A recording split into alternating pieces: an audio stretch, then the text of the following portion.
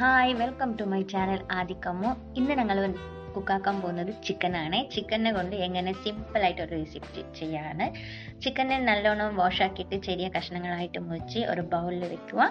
എന്നിട്ട് നമുക്ക് വേണ്ടതാണ് ഒരു തക്കാളി, ഒരു ഉള്ളിയും പച്ചമുളക്, പിന്നെ ഇഞ്ചി വെളുത്തുള്ളി പേസ്റ്റ്, മല്ലിച്ചപ്പ്, ഇത്രേ വേണ്ടൂ. ഇതിനെല്ലാം ഒരു ബൗളിൽ ഒരു പാനിൽ നമുക്ക് ഇട്ട് കൊടുക്കുക. ജസ്റ്റ് എല്ലാം ഇട്ടിട്ട് അതിന് പൊടികളും കൂടി ചേർത്ത് കൊടുക്കണേ.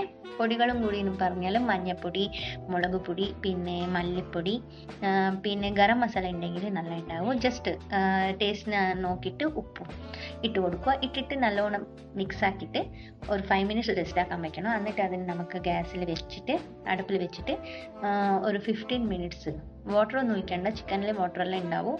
സോ വിത്തൗട്ട് ഓയിൽ നമുക്ക് ഇങ്ങനെ കുക്കാക്കി എടുക്കാം. ഇത് ചപ്പാത്തി, ദോശ ഇതിനെല്ലാം നല്ല ഉണ്ടാവും. ബട്ട് ഞങ്ങൾ ഇന്ന് റൈസ് ആക്കിയത് കൊണ്ട് റൈസ് രസമാക്കിയിട്ട് അതിൻ്റെ കോമ്പിനേഷനിൽ കഴിച്ചു.